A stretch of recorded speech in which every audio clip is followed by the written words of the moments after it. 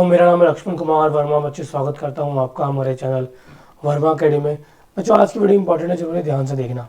ठीक है, एक एक बात जो बताऊंगा ध्यान से देखिएगा, बहुत इंपॉर्टेंट है आपका एग्जाम अगर आप अक्टूबर में देने वाले हो। ठीक है, एक एक बात ध्यान से देखिएगा। मैं 10 गोल्डन रूल के बारे में बात करने वाला हूँ, जो आपके अक्टूबर एग्जाम में आपको बहुत हेल्प करने वाले हैं। बेसिकली बच्चे, आपको सिलेबस पता होना चाहिए, आपको पता होना चाहिए कि क्वेश्चंस किस प्रकार के आ रहे हैं। ठीक है ना, मैं आपको प्रॉपर गाइड करूंगा कि क्या क्या आपको ध्यान देना है, किस बात पे आपको फोकस करना है। देखो, सबसे पहले बस सिलेबस पता होना चाहिए। हाँ भाई, ऑब्वियस सी बात है, जो भी सब्जेक्ट का एग्जाम दे रहे हो आप बोलोगे सर ये तो नॉर्मल सी बात है, लेकिन नहीं, ऐसा नहीं है बच्चे। बहुतों को सिलेबस ही नहीं पता है। 100% क्या है, 60% क्या है, 40% क्या है, क्या टीएमए वाला पार्ट है, क्या 60% वाला पार्ट है। तो आपको जस्ट 60%, अगर आपने सिलेबस डाउनलोड किया है, नहीं किया है तो लिंक अवेलेबल होगा, जाके आप चेक कर लेना। गूगल पे लिखो NIOS सिलेबस, तो आप वहाँ डाउनलोड कर सकते हो। ठीक है, तो आपको सिलेबस पता होना चाहिए। 60% वाला सिलेबस ही आपको कवर करना है, बाकी को आपको नहीं करना है। ठीक है भाई, फोकस होना इंपॉर्टेंट क्वेश्चन। अब इंपॉर्टेंट क्वेश्चन का मतलब क्या होता है? वैसे इंपॉर्टेंट क्वेश्चन का मतलब होता है वो क्वेश्चन जो कि प्रीवियस ईयर आए हुए हैं, प्रीवियस ईयर में आए हुए हैं। वो क्वेश्चंस को आपको ना प्रैक्टिस करना है। जितना ज़्यादा से ज़्यादा सैम्पल पेपर सॉल्व कर सकते हो, previous year question paper solve कर सकते हो। और अपने आप को एक रूल रेगुलेशन, अपने आप को एक लिमिट दो कि मैं 3 घंटे में सिर्फ पूरा एक पेपर करूँगा, मैं 2 घंटे में एक पेपर करूँगी। तो अगर अपने आप को लिमिट दोगे ना आप, तो उस लिमिट को जब पूरा करोगे, अचीव करोगे, तो सेल्फ कॉन्फिडेंस भी इंक्रीज होगा और बाकी सिलेबस तो कंप्लीट हो ही रहा होगा आपका। तो बात बहुत इंपॉर्टेंट है। हाँ, ये थर्ड पॉइंट मोस्ट इंपॉर्टेंट है। देखो यार, अगर आप अक्टूबर का एग्जाम देते हो, चाहे ऑन डिमांड एग्जाम देते हो एनएमएस के अंदर, ठीक है ना, तो आपके पास बुक्स नहीं आती है, आपको बुक नहीं दिया जाता, आपको बुक नहीं मिलता। ठीक है ना, बुक आपको मिलता ही नहीं है एनएमएस की तरफ से। तो भाई बिना बुक्स के पढ़े कैसे? सर यूट्यूब है ना, यूट्यूब से पढ़ लो, PDF से पढ़ सकते हो आप, बहुत अच्छी बात है। लेकिन बच्चे, फिजिकल बुक्स रखना अपने पास में बहुत अच्छा रहता है। ठीक है ना, बहुत बढ़िया रहता है। अगर आपके पास फिजिकली बुक है, अगर आप मार्केट से जा सकते हो तो खरीद बाय कर लो। ठीक है ना, और अगर आपको अच्छी बुक नहीं मिलता है तो डिस्क्रिप्शन बॉक्स में नंबर दिया हुआ है, कांटेक्ट कर लेना, आपके घर पे मैं डिलीवर करवा दूंगा। ठीक है, जो बेस्ट बुक्स रहेगा, जो कि बेस्ट बढ़िया बुक्स जिससे आप पढ़ के, जिसके अंदर सैम्पल पेपर भी रहेगा, प्रीवियस क्वेश्चन पेपर भी रहेगा। ठीक है ना, तो बेस्ट बुक आपके घर पे डिलीवर कर दिया जाएगा। ठीक है ना, और मेक द शॉर्ट नोट्स। हाँ भाई, देखो यार, अगर आप पढ़ने वाले हो, बहुत बच्चे ऐसे बोलते हैं सर शॉर्टकट बता दो, कोई तरीका बता दो इसके पास। देखो बच्चे, सक्सेस का कोई शॉर्टकट नहीं होता है। अगर आपको सक्सेसफुल होना है, चाहे किसी भी फील्ड में, आपको 12th पास करना है, आपको 10th पास करना है, आप कोई बिजनेस पे काम कर रहे हो, आप अपनी मान लो आप गर्लफ्रेंड बनाना चाह रहे हो, आप बॉयफ्रेंड बनाना चाह रहे हो, तो भाई कोई शॉर्टकट थोड़े ना हर काम का। आपको क्या करना पड़ेगा? आपको मेहनत करना पड़ेगा। ठीक है ना, पीछे भागना पड़ेगा, लगना पड़ेगा।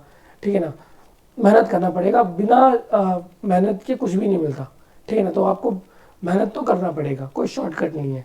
तो जब आप बुक्स पढ़ रहे होगे तो क्या करो, खुद से हैंड रिटन नोट्स बनाओ। ठीक है ना, तो बोलोगे सर ये तो पढ़ने वाले बच्चे का काम, मेरे तो मुझसे तो होगा ही नहीं। तो भाई नोट्स का इन द सेंस जरूरी नहीं है कि आप लिख के ही बनाओ, बुक के अंदर भी निशान लगा सकते हो कि हाँ ऐसा है। ठीक है ना, ट्राई करो कि फ़ोन अवॉइड करो, मतलब पढ़ते समय अगर आप वीडियो वगैरह से पढ़ रहे हो तो ठीक है, वेल एंड गुड है। लेकिन बच्चे, मैं बोलूँगा आपको वीडियो से पढ़ाई उतनी होती नहीं है।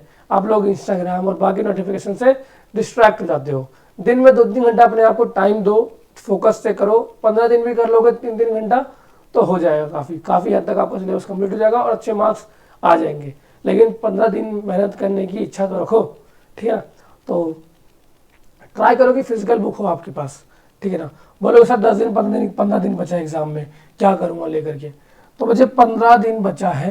ठीक है ना, 15 दिन में 1000-2000 खर्च करके अगर आपको बुक्स मिल जा रही है, ठीक है ना, तो क्या करो, बुक्स ले लो। ठीक है, वो बाद में आपको फ्यूचर में काम देगा, जब आप JEE मेंस या फिर बीटेक कर रहे होगे तो। ठीक है ना, तो बुक्स आपके पास होनी चाहिए। प्रीवियस ईयर क्वेश्चन पेपर, मैं आपको तो ये हर बार ही बोलता हूँ। देखो भाई, अगर मुझे सिलेबस पता करना है तो मैं बुक्स देखूंगा, सिलेबस देखूंगा। लेकिन मुझे टाइप्स ऑफ क्वेश्चन पता करना है कि कैसे क्वेश्चन एग्जाम में आते हैं। ठीक है, तो मैं क्या करूंगा, तो मैं देखूंगा कि प्रीवियस ईयर क्वेश्चंस कहाँ से आए हैं, कितना आया है, कितना मुझे पढ़ना चाहिए, क्या मुझे छोड़ देना चाहिए। तो बच्चे 5 सैंपल पेपर, कितने, 5 सैंपल पेपर आप लगाओ पर सब्जेक्ट, मोर देन इनफ है, ठीक है ना। 5 सैंपल पेपर अगर आप सॉल्व कर लेते हो तो आपका काम हो जाता है, मतलब उद्धार हो जाता है आपका। तो प्रीवियस ये बहुत इंपॉर्टेंट है, ठीक है, बहुत इंपॉर्टेंट है ये सैंपल पेपर, बात वही है, ठीक है ना। चाहे क्वेश्चन पेपर आप सॉल्व करो चाहे सैंपल पेपर सॉल्व करो, सैंपल पेपर के अंदर प्रीवियस ईयर आए हुए क्वेश्चंस अवेलेबल रहते हैं, और अगर आप सॉल्व करते हो तो आपके अंदर टेम्परामेंट जनरेट होता है, आपके पास, आपको पता चलता है कि हाँ इस प्रकार के क्वेश्चन आ रहे हैं। और देखो बहुत बच्चों ने जब मैथ्स के अंदर एग्जाम दे के आते हैं मैंने उसके अंदर, तो उनको पाते हैं कि यार पूरा सीबीएसई से क्वेश्चन अलग है, मैंने तो ऐसा क्वेश्चन कभी देखा ही नहीं। तो भाई नहीं देखा, तभी नहीं देखा ना जब सैंपल पेपर नहीं देखा है आपने। जब भी कोई इंसान प्रिपरेशन करता है किसी भी एग्जाम की, मान लो एसएससी का प्रिपरेशन कर रहे हो, यूपीएससी का कर रहे हो, तो यूपीएससी का एग्जाम देने से पहले यूपीएससी का पेपर तो देखोगे ना कि पेपर कैसा आता है, ठीक है ना। या फिर कभी आप, ठीक है ना, कभी आप क्रिकेट खेलने जाते हो तो भाई देखते हो ना कि हाँ मैं बॉल डाल पाऊंगा कि नहीं, क्रिकेट खेल पाऊंगा कि नहीं, मतलब पहले आप तैयारी करते हो ना भाई हर चीज़ की। तो पहले आपको क्वेश्चन पेपर चेक करना पड़ेगा, ठीक है ना, कि किस प्रकार के क्वेश्चन पेपर आता है, किस प्रकार के क्वेश्चन उसमें आ रहे हैं। फिर मैं फॉर एग्जांपल XYZ टाइप का क्वेश्चन पेपर आ रहा है, या फिर किसी टाइप का पेपर आ रहा है, या फिर क्वेश्चन आ रहे हैं, तो उसी क्वेश्चन को मैं प्रैक्टिस करूंगा, अलग अलग प्रकार के क्वेश्चन को सॉल्व करूंगा, ठीक है ना। और नहीं करूंगा तो एटलीस्ट देखूंगा तो सही, तभी तो बच्चे आपका एग्जाम अच्छा से जाएगा, ठीक है ना। एनओएस के अंदर बच्चे स्कोर करना बहुत आसान रहता है, आप 90-95% आसानी से स्कोर कर सकते हो, क्योंकि भाई यहाँ 20 मार्क्स का प्रैक्टिकल होना है, 70-80 मार्क्स का आपका एग्जाम थ्योरी होना है, जिसके अंदर आपका मैक्सिमम पार्ट MCQ रहने वाला है, ऑब्जेक्टिव ज़्यादा रहने वाला है, सब्जेक्टिव नाम मात्र होता है। कहने के लिए 50% आपका MCQ है, लेकिन मैं बताऊँ आपको 70-80% आपका MCQ बेस्ड स्टडी रहता है, ठीक है ना। तो एनओएस का पेपर बहुत आसान रहता है, ठीक है। टाइम मैनेजमेंट भाई, हाँ यार देखो मैंने स्टार्टिंग में ही कहा ना, जब सिंपल पेपर सॉल्व करोगे ना तो अपने आप को एक बाउंडेशन में डाल दो, ठीक है ना, एक लिमिटेशन में डाल दो कि मैं 3 घंटे में सॉल्व करूँगी ये, ठीक है ना। सर मैं ट्राई करूँगी, मैंने टाइमर लगा लिया, फ़ोन का यूटिलाइज करो, फ़ोन लो टाइमर लगाओ, ठीक है ना, और 3 फिर सॉल्व करना शुरू करो, ठीक है।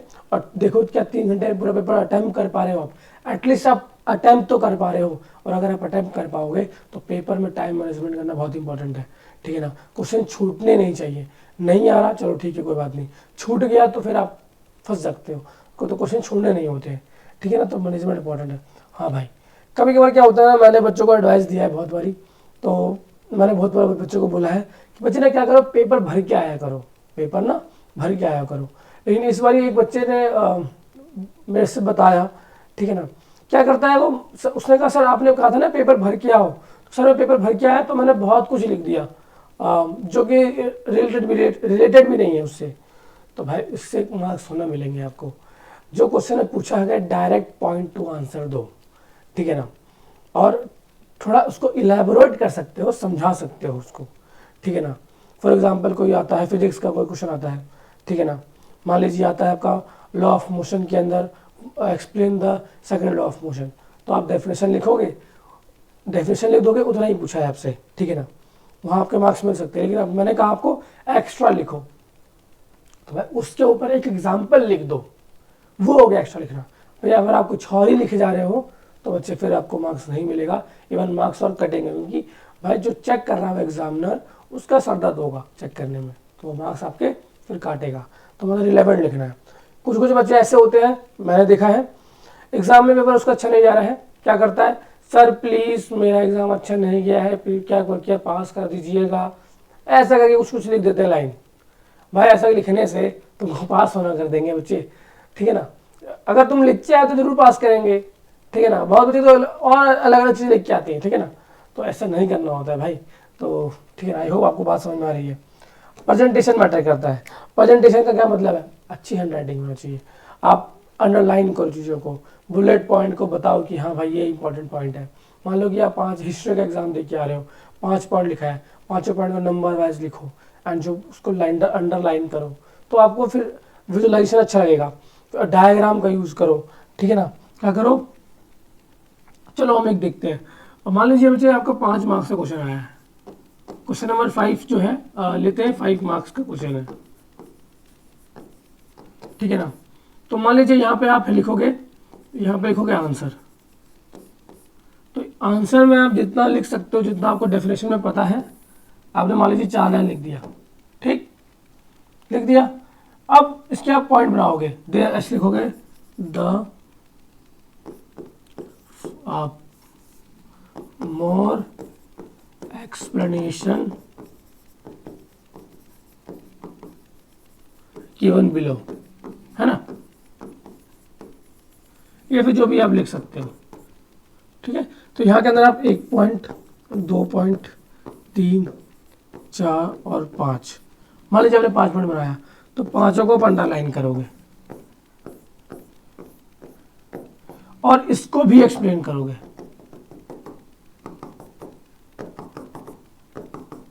तो आंसर आपका इतना सुंदर लगेगा ना, टीचर भी इंप्रेस हो जाएगा।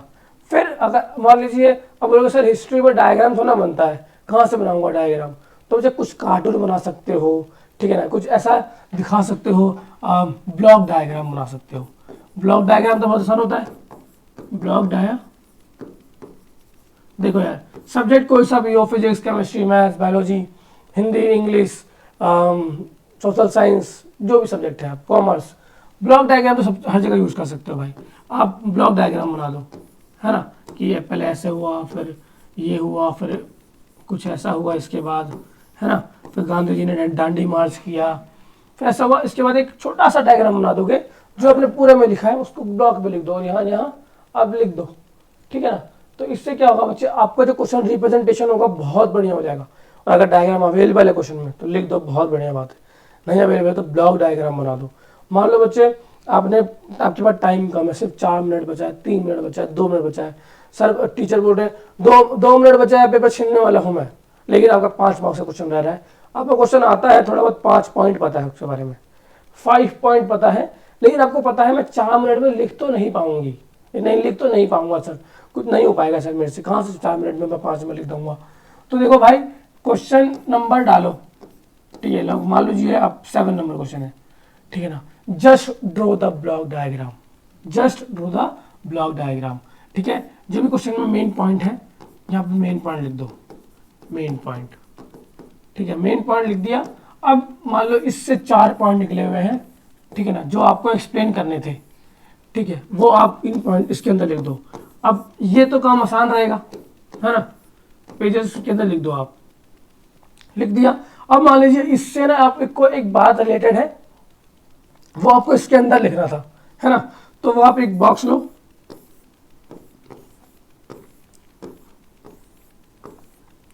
ये एक प्रकार का हायरार्किकल सिस्टम हो गया ना। ये क्या है, अब देखो मार्क्स इसमें मान लीजिए 5 मार्क्स का है ना, और सिर्फ आप इतना ही लिख के आ गए हो, और इसमें से कुछ कुछ लिख दिया है आपने, ठीक है, इसमें कुछ कुछ आपने लिख दिया है, तो पता होगा क्या भाई, आपने लिखा तो कम है क्योंकि टाइम बचाया आपने, ठीक है ना, टाइम नहीं था, लेकिन इससे होगा ना ये, इससे होगा ये कि एक हायरार्किकल सिस्टम बन चुका है, एक ट्री नुमा संरचना बन गई है, जिसके ऊपर ये क्वेश्चन था, उसके 4 पॉइंट थे और चारों का एक्सप्रेशन आपने नीचे लिख दिया, थोड़ा थोड़ा थोड़ा थोड़ा, आधा आधा लाइन का 4-4 वर्ड के अंदर। तो होगा इससे ये बच्चे कि टीचर देखेगा, अरे वाह यार क्या बढ़िया रिप्रेजेंटेशन है, ऐसा आंसर तो क्वेश्चन दिया ही नहीं है। टीचर ने कभी आपसे वो एक्सपेक्ट ही नहीं करता है कि आप ऐसा आंसर दे सकते हो। ऐसा आंसर बच्चे यूनिवर्सिटी के टाइम पे लोग देते हैं। जब आप इंजीनियरिंग करने जाओगे ना, तो आपके पास टाइम जब कम रहेगा या फिर कुछ आपको समझाना रहेगा, तो आप एक ब्लॉक आपसे पूछा जाएगा, draw the block diagram of something, ठीक है ना। तो अगर आप इसी 10th में हो चाहे 12th में हो, अगर ऐसा आंसर रिप्रेजेंट करते हो ना, तो वेल एंड गुड है, बहुत बढ़िया आंसर माना जाएगा वो, ठीक है ना। फुल एंड फुल मार्क्स, मतलब 5 में से 4 मार्क्स तो कहीं नहीं जाएंगे भाई, और बढ़िया बढ़िया लिखा है, गलत नहीं लिखा है तो पूरे मार्क्स मिलेंगे। आई होप आपको बात समझ में आ रही है, ठीक है ना।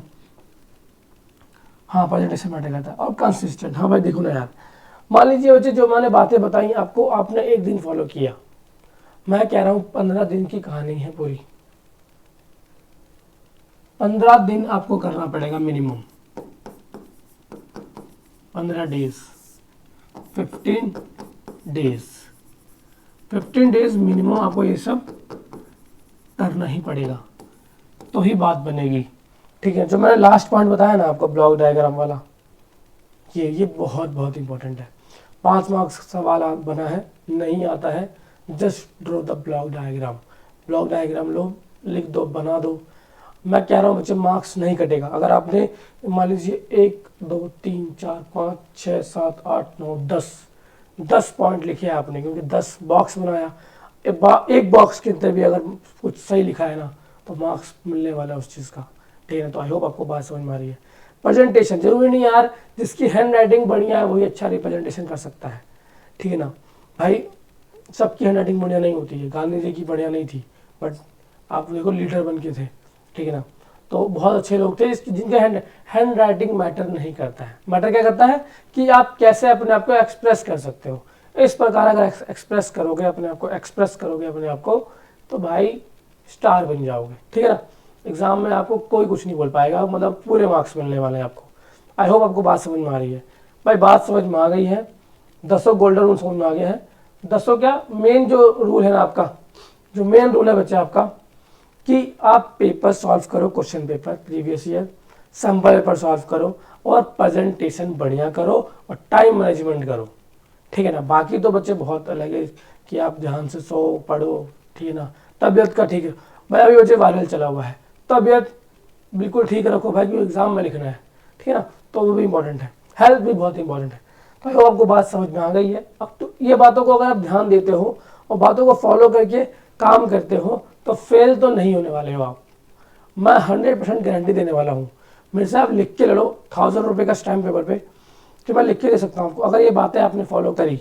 ठीक है ना, सिर्फ 15 दिन तक, 15 डेज तक, कि बोलो सर मैंने 5 सैम्पल पेपर पर सब्जेक्ट के सॉल्व किए एंड जैसा मैंने बताया मैंने वैसा किया। मैं लिटरली गारंटी दे रहा हूँ आपको, पास होने से तो कोई रोक ही नहीं पाएगा। ठीक है, और ये ऐसा करते हो आप तो 80 85 90% भी स्कोर कर सकते हो। क्योंकि कभी कभार बच्चे हमको रिक्शा नहीं खींचना होता है, हमको इलेक्ट्रिक मोटर लगा करके रिमोट कंट्रोल से काम चल जाता है। ठीक है ना, तो मतलब कि हार्ड वर्क नहीं, कभी कभार स्मार्ट वर्क से काम हो जाता है। बाकी बच्चे वीडियो में इतना ही था। आई होप आपको बात समझ में आ गई है। बात समझ में आ गई है तो वीडियो को लाइक कर दो, चैनल को सब्सक्राइब कर दो। मिलता हूँ नेक्स्ट वीडियो में, तब तक के लिए बच्चे जय हिंद बच्चे।